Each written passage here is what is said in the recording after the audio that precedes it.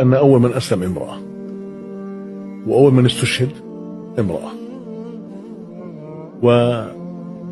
والإسلام جعل للإناث شأنا عظيما، فجاء في بعض الأخبار أن الجنة تحت أقدام الأم، يستأنس بهذا في الفضيلة، وأن البنية تحجب النار عن والديها، وأن الزوجة تكمل نصف الدين، بل إن كمال علاقة الرجل بربه لا يكون إلا بالأنثى. حتى لما كان حبيبنا النبي يتعب من دعوته كان يروح عند خديجة: دثريني أول يوم في الرسالة، زمليني. كانت فزعته، عكازه، سنده امرأة.